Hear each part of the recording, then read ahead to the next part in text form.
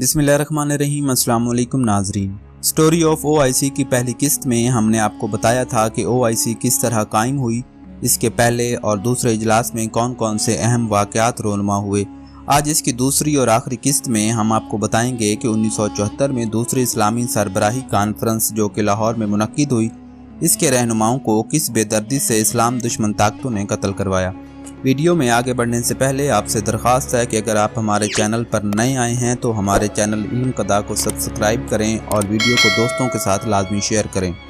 नाज़रीन ग्रामी, 22 फरवरी 1974 को लाहौर शहर में organisation of Islamic cooperation OIC या तंजीम ताउन इस्लामी का सरबराही इजलास हुआ, जो कि पूरे अर्ज पर मुस्लिम ममालिक की सबसे बड़ी तंजीम थी। ये जुल्फ़िकार अली भुट्टो के अरूज का दौर था। लाहौर उनका किला था जहाँ से तमाम नशिस्तें ये गुज़श्ता इंतखाबात में जीत कर क्लीन स्वीप कर चुके थे। भुट्टो साहब खुद को ना सिर्फ पाकिस्तान और आलम इस्लाम बल्कि तीसरी दुनिया के एक रहनुमा के तौर पर देखते थे। स्टैनले वॉलपोर्ट अपनी किताब जुल्फी भुट्टो ऑफ पाकिस्तान में लिखते हैं कि इनका इरादा 1977 के इंतखाबात के बाद पाकिस्तान में तीसरी दुनिया की कॉन्फ्रेंस करवाने का था। यूँ वो पाकिस्तान को भारत के गैर वाबस्ता ममालिक की तहरीक या नॉन अलाइन मूवमेंट में कलीदी किरदार के मुकाबले पर लाना चाहते थे। शहर में जश्न का सामान था, जबकि आलमी सियासत के बड़े बड़े नाम यहाँ इकट्ठे हो रहे थे, मगर ये लीडरान नहीं जानते थे कि उनका मुस्तकबिल किस कदर खौफनाक होने जा रहा है। अगले चंद सालों में दुनिया भर में टीवी स्क्रीन्स और अखबारी सुर्खियाँ उनके बेईमाना कत्ल की खबरों से भरी जाने वाली थीं, क्योंकि आलमी इस्तेमार जिसे 1974 की इस्लामी सरबराही कॉन्फ्रेंस ने अपने तराने हम मुस्तवी हैं में इस्तेमार है बातिल अर्जल कहकर ललकारा था, इन सरबराहों को निशाने इबरत बनाने पर तुला हुआ था। नाज़रीन ग्रामी, शुरुआत सऊदी अरब के बादशाह शाह फैसल से हुई। सऊदी अरब OIC का बानी भी था और शाह फैसल बहुत तेजी से अपने मुल्क में न सिर्फ समाजी जिद्दत ला रहे थे, बल्कि उन्होंने 1973 की अरब इसराइल जंग के दौरान तेल की पैदावार रोक कर मगरबी दुनिया को ये पैगाम भी दिया था कि आले सऊद हिजाज में भले अंग्रेज़ों की मरहून मिन्नत इक़्तिदार में आई हो, लेकिन शाह फैसल आज़ादाना फैसला लेने के बिल्कुल अहल थे। लिहाजा 25 मार्च 1975 को इस इजलास को गुजरे जब बामुश्किल एक साल ही हुआ था। शाह फैसल कुवैत से आए एक वफद से मुलाकात कर रहे थे, जिसमें उनके सुतेले भाई मसाद बिन अब्दुल अजीज़ का बेटा फैसल बिन मसाद भी था। मसाद बिन अब्दुल अजीज़ का एक और बेटा शहजादा खालिद बिन मसाद चंद बरस कबल शाह फैसल के खिलाफ एक एहतजाज का हिस्सा था कि जहां पुलिस की गोली लगने से ये जान से हाथ धो बैठा था।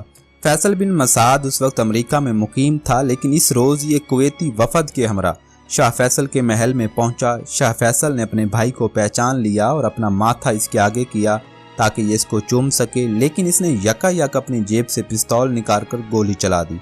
एक गोली शाह फैसल की ठोड़ी पर लगी, जबकि दूसरी उनके कान के आर पार हो गई। इन्हें अस्पताल ले जाया गया, लेकिन ये जानबर ना हो सके।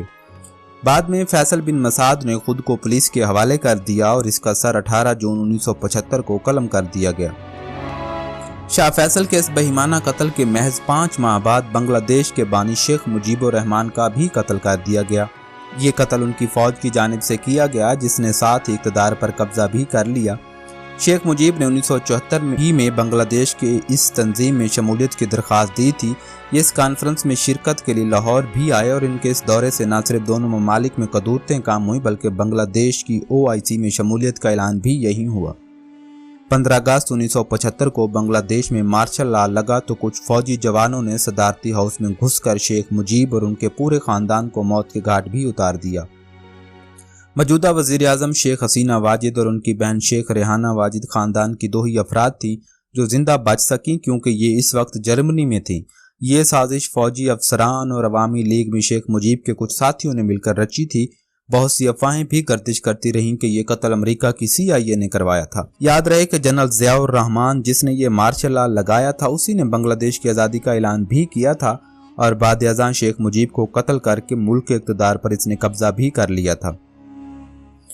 इस कॉन्फ्रेंस को यकीनी बनाने में जुल्फ़िकार अली भुट्टो का किरदार बुनियादी अहमियत का हामिल था। इस कॉन्फ्रेंस को कामयाब बनाने के लिए उन्होंने अपनी सफारती काबिलियत के ऐसे जौहर दिखाए कि पहली बार इस्लामी दुनिया के तकरीबन तमाम ममालिक के सरबराह एक प्लेटफार्म पर इकट्ठे हो गए। 1971 की जंग में भारत के हाथों शिकस्त और बांग्लादेश की अलहदगी के बाद इस वक्त पाकिस्तान अक़वाम आलम में अपना मकाम दोबारा से बनाने की तगदो में मसरूफ़ था।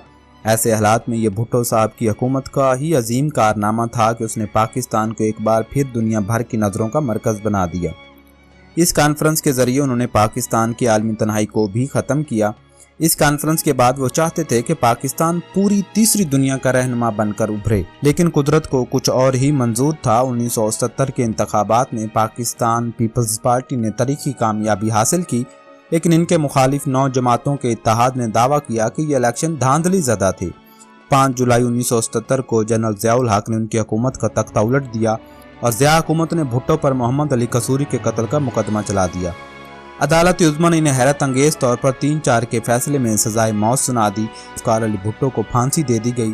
سزائے موت دینے والے 4 ججز میں سے ایک جسٹس نسیم حسن شاہ نے کئی برس بعد یہ اعتراف کیا کہ سزائے موت کو کم بھی کیا جا سکتا تھا۔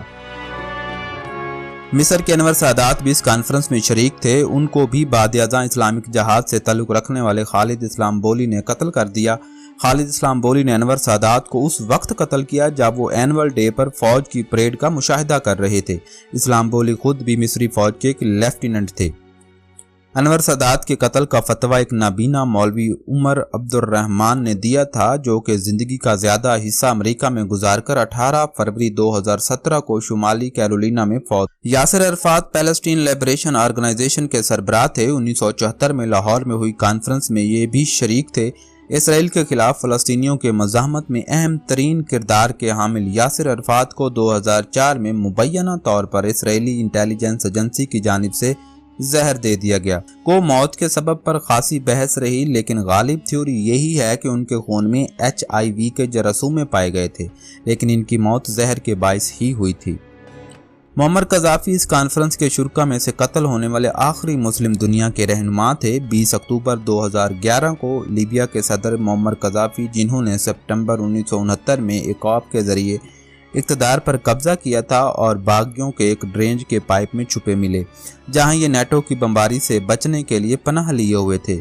لیبیا کی خانہ جنگی، جس میں معمر قذافی کے مخالفین کو امریکہ اور نیٹو کی پشت پناہی حاصل تھی، کے شروع ہونے کے بعد دارالحکومت ٹریپولی پر قبضہ ہو چکا تھا اور معمر قذافی اس کے بعد سرت میں پناہ گزین تھے۔ اس دن بھی معمر قذافی وادی جرف کی طرف جانے کی کوشش کر رہے تھے جب نیٹو نے ان کی قافلے پر بمباری کی۔